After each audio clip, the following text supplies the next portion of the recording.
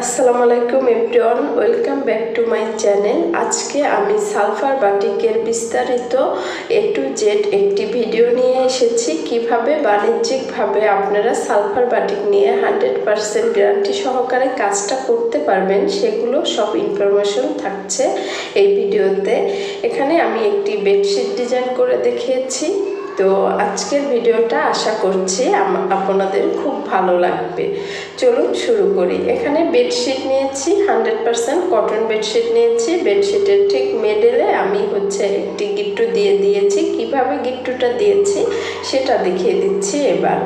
এখানে pillow কাভারটা just আমি একটু ধরে একটু গুছিয়ে আমি জাস্ট মাঝে একটা মাঝখান থেকে গিট দিয়ে দিব। এই গিটটাই হচ্ছে ডিজাইন। এই গিটের অংশটাকে আমি আবার পলি দিয়ে ভালো করে পেঁচিয়ে নিব। তো কিভাবে করছি দেখুন।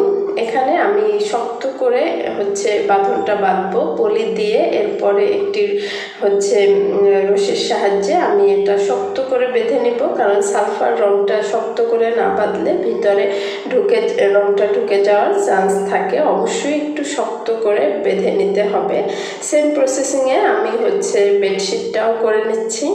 তো অবশ্যই এই পলির অংশটা আপনারা রঙে ভিজাবেন না, তো তাহলে আপনাদের এই অংশটা এই কালারটাই থাকবে। এটা যেহেতু অ্যাশ কালার, আমি চাচ্ছি এখানে অ্যাশ কালারটাই থাকুক, এজন্যই পলিটা দিয়ে ডিজাইনটা করা।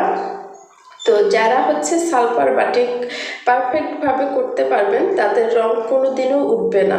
অনেকে বলে যে সালফার বাটিকের রং নাকি উঠে, কিন্তু কেন উঠবে? এখানে আমি হালকাভাবে একটু ভিজিয়ে নিচ্ছি, যেহেতু শুকনা ছিল। এটা কিন্তু মারমুক্ত ছিল আমার বেডশিটটা। এখানে আমি 2 লিটার পানি বসিয়ে নিয়েছি। অবশ্যই যে পাতিলটা আপনারা ইউজ করবেন না ওরকম একটি পাতিল নিয়ে নেবেন। এই পাতিলে আমি বাটিকের কাজ করি দেখে এটাই করছি।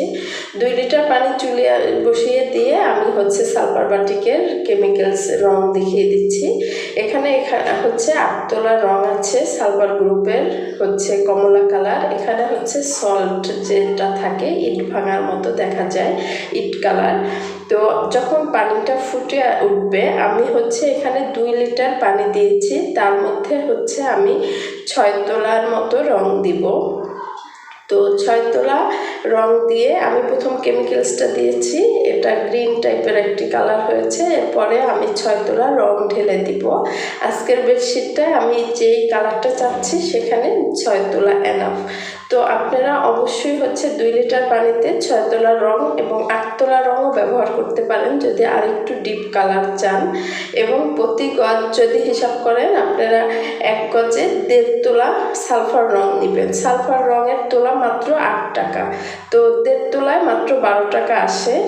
কিন্তু যদি 1 তোলা দেন সেক্ষেত্রে অনেক সময় রঙের পরিমাণটা একটু কম হতে পারে। আর যদি চিকন সুতার কাপড় হয় তাহলে 1 তোলায় 1 গজ কাপড় দেওয়া যায়, তবে সবচেয়ে বেটার হয় 1.5 তোলা দিলে।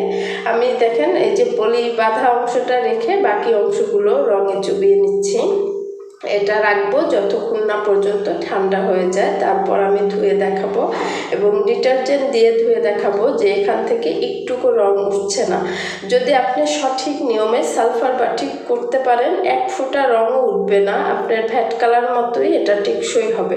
অনেকে বলে টুসিয়ান কালার থেকে রং উঠে, সালফার কালার থেকে রং উঠে। আমার কথা আপনি যদি ঠিক নিয়মে করেন তাহলে রংটা কেন উঠবে?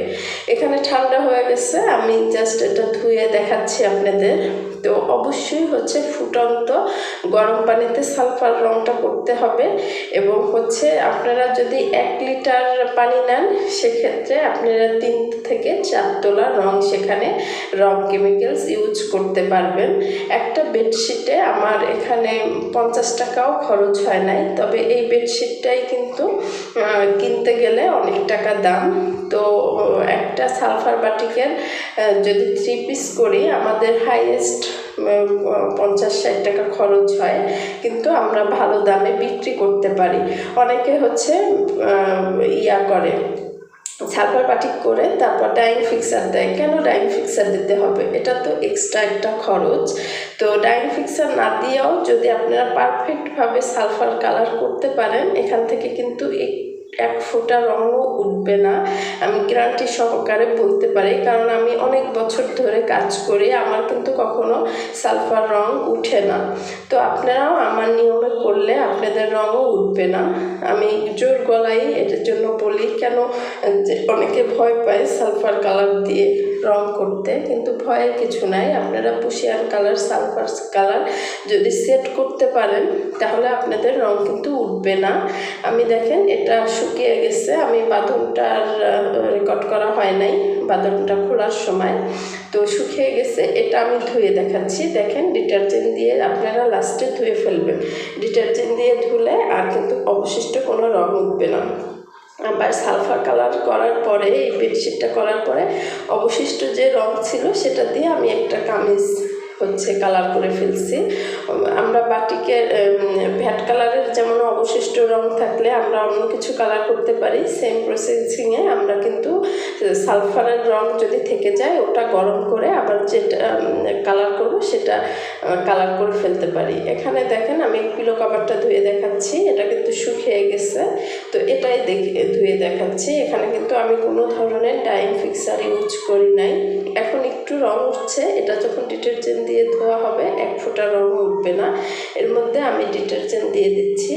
ইচ্ছা করলে এখানে আপনারা একটু সোডা অ্যাশ দিয়েও ধুতে পারেন, তাহলে রংটা কিন্তু আরও বেশি টেকসই হয়ে যাবে। তো দেখেন এখন কিন্তু আর কোনো রং উঠছে না, এটা ভালো করে পানি দিয়ে ধোয়ার পরে আর কোনো রং উঠবে না। আর যারা অনেকেই বলেন যে সালফার রং যতবার ধোয়া হবে অতবারই উঠবে, তাদের কাছে প্রশ্ন, রংটা যদি ঠিক মতো করি কেন উঠবে সালফার রং? তো আমার তো উঠছে না, আমার কখনোই সালফার রং কিন্তু উঠে না। তো অবশ্যই আপনারা ঠিক নিয়মে কাজটা করবেন। মোটা কাপড় হলে 1 গজ কাপড়ে 2 তোলা দিবেন, আর চিকন কাপড় হলে মানে একটা বেডশিটে আপনারা যদি 8 তোলা রং ইউজ করেন আপনাদের পারফেক্ট, একদম পারফেক্ট হবে। এবং আমি সামনের ভিডিওতে বলে দেবো 3 পিসে কতটুকু লাগবে। তো অবশ্যই এই প্রসেসিংয়ে আপনারা সালফার বাটিক করবেন, দেখবেন আপনাদের বাটিকটাও পারফেক্ট হয়েছে। তো আমার ভিডিওগুলো যদি ভালো লাগে অবশ্যই একটি লাইক দিবেন। চ্যানেলে যারা নতুন অবশ্যই চ্যানেলটা সাবস্ক্রাইব করবেন, যারা পুরাতন অলরেডি আমার চ্যানেলের সদস্য তো অবশ্যই তাদের অনেক ধন্যবাদ। আর সামনে আরও সুন্দর সুন্দর ভিডিও আসছে, সে পর্যন্ত আপনারা সাথে থাকবেন। তো আমাকে এভাবে সাপোর্ট করবেন। সবাইকে অনেক শুভকামনা জানিয়ে আল্লাহ হাফেজ।